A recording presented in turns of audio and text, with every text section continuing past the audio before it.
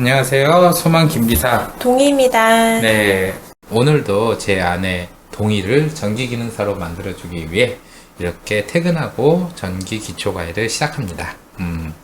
오늘은 정전계 계속해서 우리가 이야기를 해보는데 콘덴서 그리고 정전 용량에 대해서 한번 이야기를 해보고자 합니다. 동희야, 콘덴서라는 단어 많이 들어봤어? 저번에 오빠가 과외하면서 콘덴서 잠깐 얘기했던 것 같아. 콘덴서. 그래? 나중에 콘덴서가 음. C라는 거를 내가 쿨롱을 C라고만 얘기하니까 C라고 얘기하지 말고 쿨롱으로 얘기해라. 나중에 다른 뭐 콘덴서라는 것도 있다. 이렇게 얘기한 적이 있어. 그래. 콘덴서라고도 하고 또 하나는 이제 커패시터라고 하는데 둘 다 같은 말이야. 커패시터라 그러고 이거는 이제 그 계속 우리가 CC 그래서 쿨롱의 C와 헷갈리시는데 기호는 그때도 말했듯이면은 C? C가 되고 단위는 뭘까? 단위 아직 안 나왔지.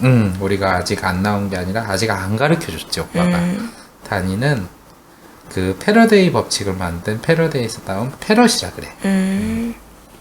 패럿이라 그러고 그리고 우리가 이제 이렇게 기호와 단위도 이제 알았으면은 회로도에서 이 커패시터 콘덴서가 뭔지 알기 위해서 어떻게 생겼냐 이걸 아는 게 중요한데 이렇게 회로도에 라인이 있으면 이 라인을 두 개가 딱 나누는 모습이야. 근데 이제 여기서 우리가 잘 알아야 되는 게 전원하고 되게 비슷하게 생겼어. 직류 전원은 한쪽은 길고 한쪽은 조금 짜리몽땅하면서 좀 두꺼운 느낌. 이거는 카패시터가 아니고 이거는 흔히 말하는 전원. 정확하게 말해서는 직류다. 교류 전원은 어떻게 생겼는지 기억나? 교류? 우리가 아직 교류 공부를 제대로 안 해서 모르겠는데 그냥 간단해. 태극 무늬 같이 생긴 게 있다고 생각하면. 그래서 아니면 뭐 펩시맨? 펩시. 이거는 이제 교류 전원이고. 그래서 중요한 거는 이 커패시터에 대해서 우리가 이제 이 모양 같은 거는 꼭 기억을 해두고 마찬가지로 기호가 C라는 거, 단위가 패럿이라는 거. 패럿 뭐 이런 것은 우리가 알아두면 좋다. 자, 그러면은 이 콘덴서 커패시터가 하는 일에 대해서 먼저 우리가 이제 사전적 정의를 살펴보면은 그 유전체를 사이에 두고 양면에 금속판을 설치한 전기적 구조물로 전하를 축적하는 성질을 갖는 전기적 부품의 일반적인 명칭을 가리킨다. 우리 동희 여기서 뭐 이해가 가는 단어 같은 거나 뭐 있어? 유전체를 받고 유전체를 들어본 것 같고 또 축적하는 성질? 축적하는 성질. 아닌가? 아닌가 보다. 축적이라는 말보다는 이렇게 하면 좀 어떨까? 충전. 아. 충전이란 말을 많이 들어보잖아. 핸드폰도 핸드- 충전하고 뭐도 그래 충전하는 성질 같은 거 갖고 있다. 근데 유전체라는 것, 이런 것들은 좀 들어봤는데 막상 이걸 이제 머리에서 어떤 건지 이렇게 연상을 하려니 어렵게 느껴질 수가 있어. 자, 오빠가 쉬운 예를 하나 들어볼게. 우리가 이제 그때 오빠가 그 유전체라는 거는 절연체와 같다 그랬잖아. 절연체라는 것은 뭐라 그랬지? 절연체 전류가 통하지 않은 거. 그치. 전기가 통하지 않는 거. 전류가 통하지 않는다. 그치. 유전체는 결국 그런데 그 유전체가 전류가 통하지 않지만은 우리가 전류를 강제로 통하게 하기 위해 즉 밥을 못 먹는 아이한테 엄마가 강제로 안 먹으면 안 돼. 강제로 다 먹어 해서 막 밥을 입에다 꾹꾹 넣어주면은 입 주변에 밥풀이 묻는다 그랬었지. 기억나지? 자, 그런 상황 같은 것도 우리가 다시 한번 생각을 해보자. 그러면은 이번에는 밥을 어떤 깡통이 있어. 깡통이 있고 깡통에 밥을 우리가 이제 넣어준다고 생각해 볼게. 밥알을 이렇게 가득가득 넣는다. 그러면 이제 어느 정도 차겠지. 그치? 그렇다면은 이 밥을 더 많이 넣게 하고 싶으면 어떻게 하면 될까? 더 넓은 깡통으로 바꿔서 담아주거나, 더 넓은, 즉 더 큰 깡통을 사용한다. 그치? 더 큰 깡통을 사용한다. 또 아니면 가득가득 밥을 눌러 담아. 그치. 역시 동의가 고봉밥을 만든다. 오빠가 이제 현장에서 일하고 이러니까 맨날 든든하게 먹어 하면서 막 밥을 꾹꾹 눌러주는 거. 즉 밥에다가 압력을 넣으면 되겠지. 이렇게 하면은 더 많은 양의 밥을 우리가 담을 수가 있을 거야. 그치? 이와 마찬가지로 이 컵페시터, 즉 콘덴서라는 녀석도 이 밥통의 용량 자체를 이제 뒤에서 설명을 정정 용량이라고 하면은 정정 용량을 늘리기 위해서라면은 더 큰 용량의 카패시터를 사용하거나 아니면은 더 강한 이 압력, 전기로 말하면 전압이 되겠지. 그런 것을 하면 된다 이런 건데, 그럼 카패시터가 어떻게 해서 이렇게 그 전압을 축적하는지에 대해서 좀 간단하게 알아보자. 먼저 회로도를 간단하게 그릴게. 이거는 아까 말했듯 전원이야. 전원이 있고, 그리고 여기에 카패시터를 하나를 달았어. 자, 근데 이런 상황에서 전류가 이렇게 흐르겠지. 전류가 흐르는데 여기에 딱 와서 카패시터를 만나니까 더 이상 못 가. 왜냐? 카패시터는 오빠가 그랬잖아. 유전체를 사이에 둔다. 유전체라는 거는 결국 절연체니까 전류가 흐르지 못하지. 마찬가지로 여기에서도 이렇게 가는데 서로 막다른 길이 온 거야. 근데 서로 부딪히지는 않아. 왜냐? 카패시터가 막고 있기 때문에 그래. 근데 여기에 강세로 이렇게 막 전류를 이렇게 막 흐르게 하는데 결국 그 유전체 때문에 더 이상 못 가니까 그때 말했듯 밥풀이 붙어 있듯이 이 카패시터에 막 전하들이 묻어 있는 거란 말이야. 이 자체를 가리켜 바로 축전. 축적. 축적이라는 건 이제 쌓아 올린다는 걸 말하거든. 이걸 이제 전기종의 용어로 하면은 충전이라 그래. 그냥 배터리 다 떨어졌으면 충전하잖아. 다시 전류를 이렇게 쌓아놓기 위해서. 그치? 그리고 이제 배터리가 우리가 다 떨어졌다는 말을 방전이라 그러잖아. 이거는 거기에서 전기를 다 쓴 걸 방전이라 그래. 그래서 충전의 반대말은 방전이 되는 거고, 결국에는 이렇게 우리가 이제 뒤에 가면 더 자세히 알겠지만, 이렇게 그 전하들이 이렇게 축적돼 있으면 이걸 통해서 전압을 조절할 수 있게 돼. 이건 이제 우리가 교류를 공부하면 알게 되는 내용이고, 일단은 그래서 이런 식으로 절연체 자체로 막혀 있기 때문에 이렇게 전하들이 묻어 있는다 이렇게 생각하면 돼. 그리고 카패시터 즉 콘덴서에 대한 공식 중요한 걸 하나 알려줄게. 자, 우리가 카패시터를 C라 그랬잖아. 이 C는 V분의 Q라는 공식을 갖고 있어.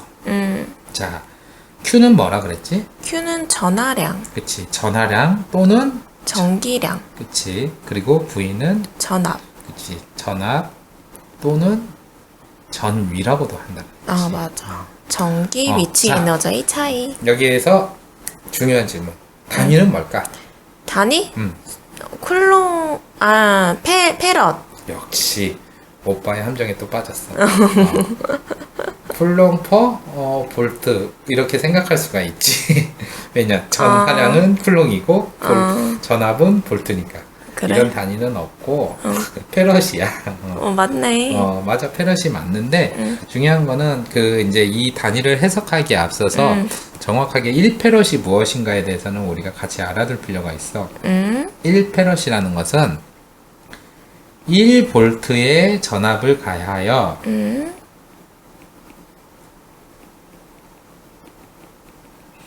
1쿨롱의 전하를 축적하는 능력을 말해. 이거는 이 어떤 이 정의 같은 경우는 자기가 확실하게 외워두거나 최소한도 헷갈리면 안 돼. 그렇기 때문에 아까 이제 이 회로도에서도 오빠가 얘기를 했지만은 이렇게 전류를 흘려 보냈잖아. 그래서 여기에 이렇게 전하가 축적이 된다 그랬잖아. 1쿨롱의 전하량을 축적하려는데 이때 전압이 1볼트일 때 이렇게 1쿨롱의 전하를 묻혔다 그러면은 이게 바로 1페럿과 같다 이렇게 보면 되는데, 실제 이 현실에서는 1페럿이라는 전하의 축적한 양이 엄청나게 커. 그래서 1페럿보다는 실질적으로 우리가 이제 자격증이나 아니면 실제 이렇게 전자제품 같은 거 뜯어보면은 실제로 이 카패시터, 콘덴서가 있거든. 용량을 보면은 가장 많이 쓰이는 단위가, 혹시 자기 이거 봤어? 앞에 게 마이크로 페럿. 마이크로 패럿이라 그래. 응. 마이크로라는 것은 그때 오빠가 이제 SI 접두 이야기를 했잖아. 몇이라 그랬지? 10에 10에 마이너스 6승. 그치. 10의 마이너스 6승. 이게 실질적으로는 가장 많이 이렇게 나와. 그래서 이 단위를 보더라도 헷갈리지 말고, 굉장히 작은 숫자구나. 10의 마이너스 6승이구나. 이걸 같이 이렇게 기억을 해뒀으면 좋겠어. 그 외에도 이제 나노페럿이라고 하는 10의 마이너스 9승, 피코페럿이라고 하는 마이너스 12승 이런 것도 간혹가다 나오기는 하지만 보통 이제 마이크로페럿 그런 게 많이 나오게 되고, 그리고 이제 우리가 콘덴서에 대해서 또 알아야 되는 게, 지금 이제 그 C는 V분의 Q라는 걸 알았잖아. 이 공식도 오메 법칙처럼 각기 이렇게 바꿀 수가 있어. 예를 들면은 V는 V는 IR, 오메 법칙은 I는 R분의 V 이런 식으로 바꿀 수 있듯이 Q는 뭘로 바꿀까? Q는 C 곱하기 V. Q는 C 곱하기 V. 그치. 그럼 단위는 뭘까? 쿨롱. 오, 쿨롱 아니야? 맞아. 정확하게 알겠네. 이게 그러니까 원초적인 거, 전에 배운 것만 제대로만 알고 있으면 헷갈리게 없어. 이거는 이제 어떻게 되냐. 이 전기량, 전하량이라는 거는 결국에는 이 콘덴서의 그 축적하는 능력에다가 전압을 곱한 거. 이것이 바로 전체 전하량이 된다. 이걸 생각하면 돼. 즉, 오빠가 앞서 이야기했던 그 깡통 있잖아. 압력이라는 것을 우리가 전압이라고 보고, 그리고 C라는 것을 그 어떤 그 깡통의 크기 이렇게 하면은 이 두 개가 크면 클수록 압력도 높으면 높을수록 더 많은 전하량을 이렇게 축적시킬 수 있겠지. 그치? 이해가지? 그러면은 또 하나의 공식을 생각해 보자. 자, V는 그럼 뭘까? V는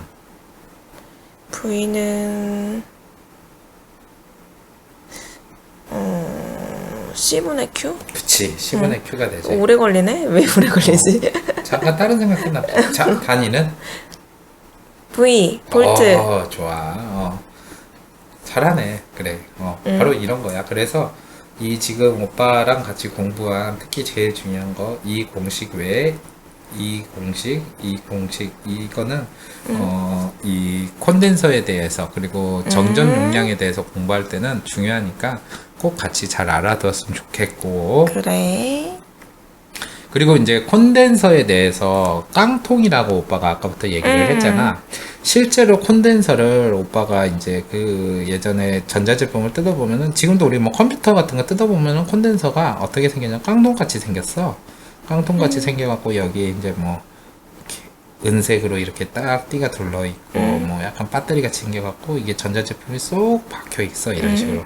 그래서 이렇게 전류가 흐르고 이렇게 해서 딱 속 안에 이렇게 이제 그 유전체가 붙어 있어갖고 더 이상 흐르지 못하게 하면서 실제로는 여기에서 이제 아까 말했던 축적, 즉 충전이라는 게 굉장히 빠른 시간 동안 되고 방전도 굉장히 빠른 시간 동안 되고 이러면서 전압을 조절해주는 역할을 하는데 이와는 다르게 이제 평행판 콘덴서라고 하는 녀석이 있다라고 우리가 가정을 해보자. 평행판 콘덴서라고 하니까 갑자기 좀 낯설게 느껴지는데, 그냥 우리가 쉽게 말하면은 직육면체라는 개념을 잘 생각을 해보자.